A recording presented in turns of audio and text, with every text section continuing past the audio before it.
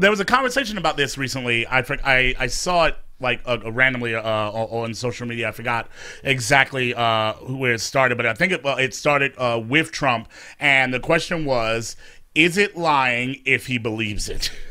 If they believe the bullshit that they're saying, are they lying?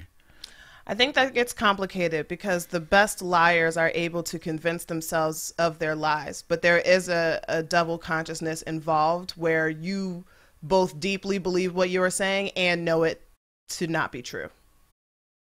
Can you do that? I mean, yes, you can do that. Because if you know it not to be true, how do you believe it? The mind is a wonderful place.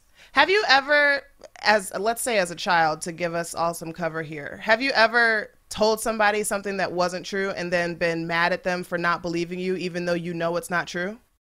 Yes. And I think it's that kind of thing where you're like, how dare you think I'm lying? But normally but I am. See, I think that's different.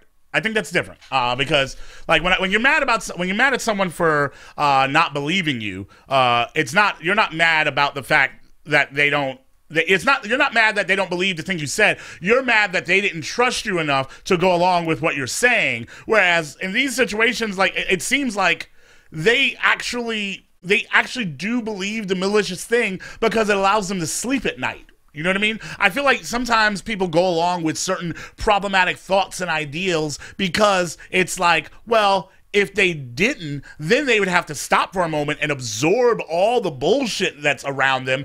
And they're like, nah, and they can't handle that. This is the thing that I talk about all the time, where there are small, seemingly trivial instances of evidence of white supremacy that many white people are not willing to admit to. And I feel like that happens because if I admit that in this one instance, we have seen evidence of white supremacy, then logically I have to go back through my entire life and review every time that's looked exactly like this. And oh my God, what have I been doing? And you know, I've said the same thing about sexual assault with men, and the idea that a lot of men who love to cling to the bitches be lying thought process, and the fact is like that ain't rape, all this other stuff is because if they actually stop for a moment and they're like, okay, that lack of consent that they're speaking of is rape.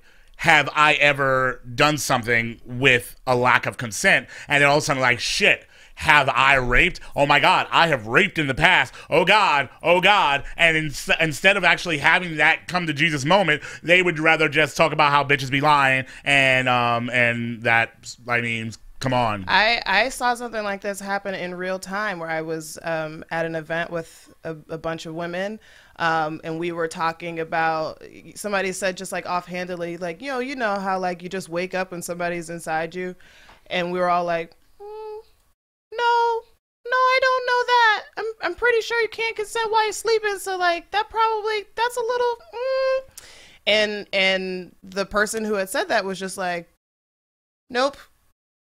I refuse to accept that. I refuse to believe that, because if that's the case, then that means I've been raped. And we kind of were like, well, maybe. And I mean, that's really hard. Sometimes for some people, that's really hard to like have that moment or whatever. And I'm way more sympathetic with women not being as willing to jump and be like, yes, this is rape, because like it means something. They have to face something that they might not have been prepared to face at all because of that. So I'm a bit sympathetic to that. But for dudes who just want to continue yelling about the bitches and shit, that I have an issue.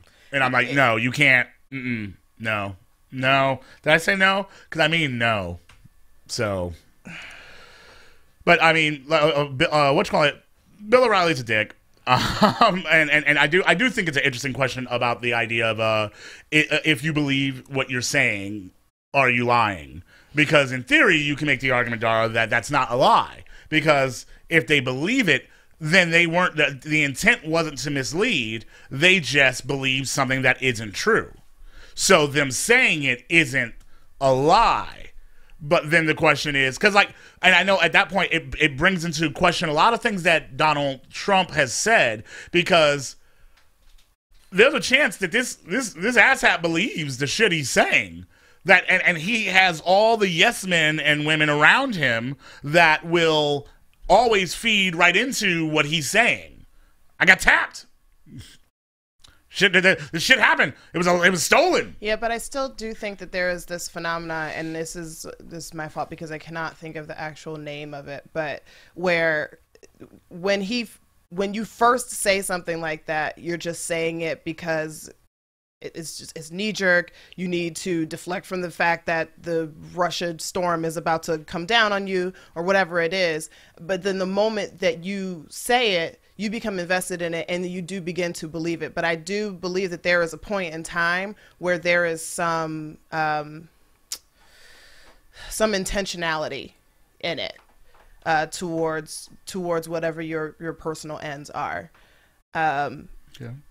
But the other question is, does it matter? Because what do you mean by what does it matter? Do they believe what they're saying? Do they not believe what they're saying? Can we call this lying? And does it matter if at the end of the day people are going to die? Well, I mean, I think that goes back to the whole concept of impact versus intent. You know what I mean? So I said yes. Yeah. So if all of a sudden your intent was to say something because you just believed it, but then it caused death or whatever, then still your impact is what you'll be judged at.